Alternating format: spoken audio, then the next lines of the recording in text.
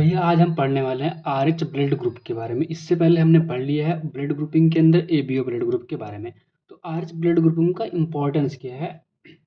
Marriage alert है भैया, ये एक तरीके का मैरिज अलर्ट है। बाद में बेबी होने में प्रॉब्लम होती है, ठीक है। आरएच इनकम्पेटिबिलिटी से इरेथ्रोब्लास्टोसिस फिटेलिस नाम की एक गंभीर बीमारी हो जाती है, जिससे बेबी होने के चांसेस खत्म हो जाते हैं भैया। तो बहुत ही प्रॉब्लमेटिक बीमारी हो जाती है। तो ज़रूरी है कि आरएच इनकम्पेटिबिलिटी के बारे में यानी आरएच ब्लड ग्रुपिंग के बारे में तुम लोग आराम से डिटेल से पढ़ लो। तो ये अलर्ट है भैया, जो कि तुम्हें जानना ज़रूरी है। तो फर्स्ट ऑफ ऑल अपन बात करते हैं आरएच ब्लड ग्रुपिंग की बात करते हैं, ठीक है। जैसे हमने पढ़ा था एबीओ ब्लड ग्रुप, ऊपर वीडियो मैंने अटैच कर दिया है, डिस्क्रिप्शन में लिंक पड़ी है, जाके देख लो, ठीक है। मस्त बात क्या है कि आरएच ब्लड ग्रुप भी एंटीजन बेस्ड ब्लड ग्रुप होता है। इसके अंदर एंटीजन कौन सा होता है? RH antigen. कहाँ पाया जाता है? ऑन द आरबीसी, आरबीसी के मेम्ब्रेन पे पाया जाता है, ठीक है। ऑन द आरबीसी पाया जाता है। बात करते हैं इस एंटीजन के अपोजिट क्या पाई जाती है? एंटीबॉडी। इस एंटीजन के लिए क्या है? एंटीबॉडी भी होती है। तो आरएच ब्लड ग्रुप जो है वो बेस्ड होता है आरएच एंटीजन के ऊपर। ऐसे ही सिमिलर एंटीजन पाए जाते हैं रीशेस मंकी के अंदर। कहाँ पे? रीशेस मंकी के अंदर। तो अब बात करते हैं जिसके अंदर आरएच एंटीजन प्रेजेंट होगा वो होगा आरएच पॉजिटिव। और जहाँ पे आरएच नेगेटिव क्या होता है कि जिसके अंदर आरएच एंटीजन कहाँ पे? आरबीसी के मेम्ब्रेन पे नहीं पाया जाएगा, सरफेस पे नहीं पाया जाएगा। क्या? RH antigen. उसके अंदर क्या हो जाएगा? आरएच नेगेटिव ब्लड ग्रुप होगा, ठीक है। अब मस्त बात ये है कि जिसके अंदर आरएच एंटीजन पाया जाता है यानी आरएच पॉजिटिव ब्लड ग्रुप के अंदर एंटीबॉडी जो है वो क्या होती है? अब्सेंट होती है। बट आरएच नेगेटिव के अंदर बात करते हैं तो दो केसेस बनते हैं, एक में होता है कि प्रेजेंट होता है, एक में अब्सेंट होता है। मतलब अगर कोई नॉर्मल पर्सन है आरएच नेगेटिव ब्लड ग्रुप का और कभी उसका इनकाउंटर नहीं हुआ किसके? आरएच एंटीजन वाले ब्लड से कभी उस ब्लड का इनकाउंटर नहीं हुआ, तो उसके अंदर एंटीबॉडी क्या है? नहीं पाई जाएगी। बट एक बार आरएच पॉजिटिव वाले से ब्लड ग्रुप ले लिया उसने, इनकाउंटर हो गया आरएच पॉजिटिव ब्लड ग्रुप का आरएच नेगेटिव ब्लड ग्रुप के अंदर, तो उसके अंदर क्या हो जाएगा? बाद में बन जाएगी क्या?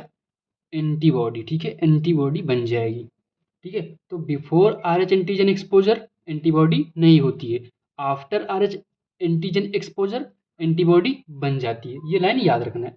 अब मस्त बात एक और है कि इम्यून रिस्पॉन्स क्या है? Immune response. तो जिसके पास आरएच एंटीजन प्रेजेंट था उसके पास एंटीबॉडी थी ही नहीं, और जिसके पास एंटीबॉडी ही नहीं है वो इम्यून रिस्पॉन्स कैसे कर सकता है? बट इसके पास तो एंटीबॉडी बन गई थी तो ये इम्यून रिस्पॉन्स कर सकता है।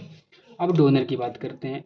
जिसके पास एंटीबॉडी नहीं है, मतलब कोई डिफेंस मैकेनिज्म नहीं है, तो उसको तुम किसी ब्लड ग्रुप दे सकते हो। तो यानी कि आरएच पॉजिटिव वाला ब्लड ग्रुप और आरएच नेगेटिव वाला ब्लड ग्रुप, दोनों ब्लड ग्रुप अपन डोनर से ले सकते हैं। किसको? आरएच पॉजिटिव वाले पर्सन को। बट आरएच नेगेटिव वाले पर्सन के पास एंटीबॉडी बन जाती है सेकेंड टाइम में ही, तो उसके लिए क्या डोनेशन के लिए सही हो जाएगा? आरएच नेगेटिव वाला, ठीक है। तो अब आता है यूनिवर्सल डोनर और यूनिवर्सल रिसिपिएंट। अगर एबीओ ब्लड ग्रुप सिस्टम को भी कंसीडर करते हैं अपन, तो वहाँ तो एबी ब्लड ग्रुप क्या था? Universal recipient. और यहाँ आरएच पॉजिटिव क्या है? Universal recipient. तो एबी पॉजिटिव जो हो जाएगा वो हो जाएगा यूनिवर्सल रिसिपिएंट। और ओ ब्लड ग्रुप वहाँ क्या था? Universal donor. क्या था? Universal donor. तो ओ नेगेटिव जो हो जाएगा ये हो जाएगा क्या? यूनिवर्सल डोनर, ठीक है। अब मस्त बात करते हैं जिसकी बात हमने की थी इनकम्पेटिबिलिटी, आरएच इनकम्पेटिबिलिटी वाला, ठीक है। इरेथ्रोब्लास्टोसिस फिटेलिस वाले केस पे आते हैं। अब मान लेते हैं कि मदर जो है उसका ब्लड ग्रुप क्या है? आरएच नेगेटिव, और उसके अंदर डेवलप्ड हो रहे फीटस का ब्लड ग्रुप है आरएच पॉजिटिव, ठीक। मदर थी आरएच नेगेटिव और अंदर डेवलप्ड फीटस क्या था? RH positive. अब जब पहली बेबी का सीन होगा, फर्स्ट प्रेगनेंसी होगी, तो पहली प्रेगनेंसी के अंदर जब प्लीसेंटा के जरिए ब्लड फीटस का मदर के अंदर जाता है और मदर का ब्लड फीटस के जरिए फीटस में आता है प्लीसेंटा के जरिए, तो ब्लड का ट्रांसफ़र हो जाता है, जिसकी वजह से आफ्टर फर्स्ट प्रेगनेंसी मदर के अंदर क्या डेवलप हो जाता है? एंटीबॉडी। कौन सी? आरएच एंटीबॉडी डेवलप हो जाती है। अब अगर सेकेंड बेबी हुआ और वो भी आरएच पॉजिटिव हुआ और मदर आरएच नेगेटिव है, तो उसके पास एंटीबॉडी है, और आईजीएम जो कि पहली ऐसी एंटीबॉडी थी जो फीटस को मिलती है पैसिवली, वो क्रॉस करके आती है प्लीसेंटा से।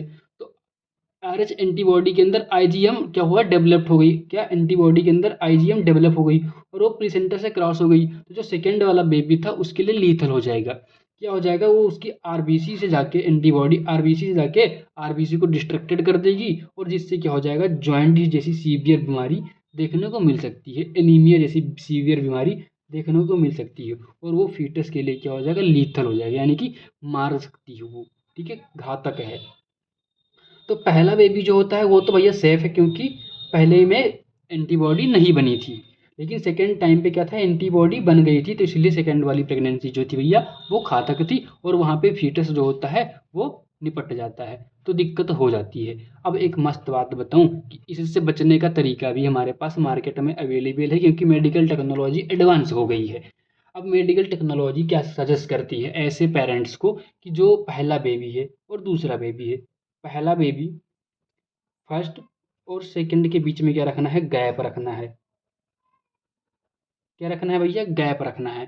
फर्स्ट और सेकंड के बीच में अपने को गैप रखना है और जैसे ही पहली बार डिलीवरी होती है, पहला बेबी होता है, उसके तुरंत बाद अपने को क्या लगवा देना है, एंटी, क्या लगवा देना है, पहली डिलीवरी के बाद ही क्या लगवा देना है, anti RH antibody, anti RH antibody लगवा देना है, जिससे मदर के अंदर बन रही एंटीबॉडी खत्म हो जाएगी।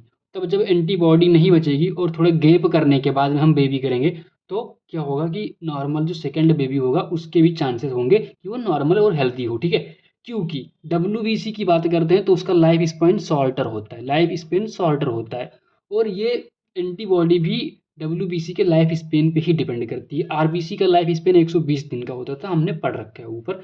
तो अब बात करते हैं डब्ल्यूबीसी की, जो लाइफ स्पेन होती है वो शॉर्टर होती है, तो लाइफ स्पेन खत्म हो गया तो हाफ लाइफ पे डिपेंड करती है क्या, एंटीबॉडी, ठीक है। तो अगर गैप रखेंगे तो भी चांसेस है, ठीक है। और फर्स्ट डिलीवरी के बाद हमको एंटी आरएच एंटीबॉडी का इंजेक्शन देना होता है, ठीक है। तो ये सारे अगर हम सावधानी बरतेंगे तो क्या हो जाएगा, ये केस आसानी से सॉल्व हो सकता है।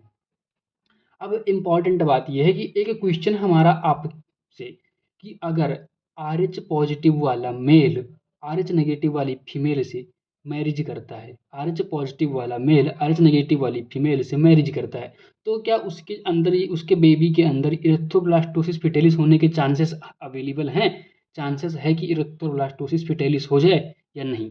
तो इस क्वेश्चन का जवाब हमें कमेंट सेक्शन में ज़रूर से ज़रूर बताएं। तब तक के लिए इस नोट्स का स्क्रीनशॉट ले लो और ये नोट्स तुम्हारे काम का है, बार बार इसी से रिवाइज करो। लैंग्वेज में अगर हम बात करते हैं तो R H blood group is based on surface present RH blood group is based on the RH antigen that are present on the surface of RBC membrane. Next topic, RH antibody are present in the plasma that are absent in RH positive blood group. Okay, तो language की बात करते हैं, ऐसे आप language crack कर सकते हो इसकी, ठीक है। तो मस्त बात यही है कि इरेक्टोब्लास्टोसिस फिटेलिस का केस क्योंकि बेबी में हो जाता था एनीमिया और सीवियर जॉइंटिस, ठीक है। तो ये केस तुम्हारा था। कमेंट में मुझे आंसर जरूर बताना, वीडियो लाइक कर दो, सब्सक्राइब कर दो और मिलते हैं नेक्स्ट वीडियो में।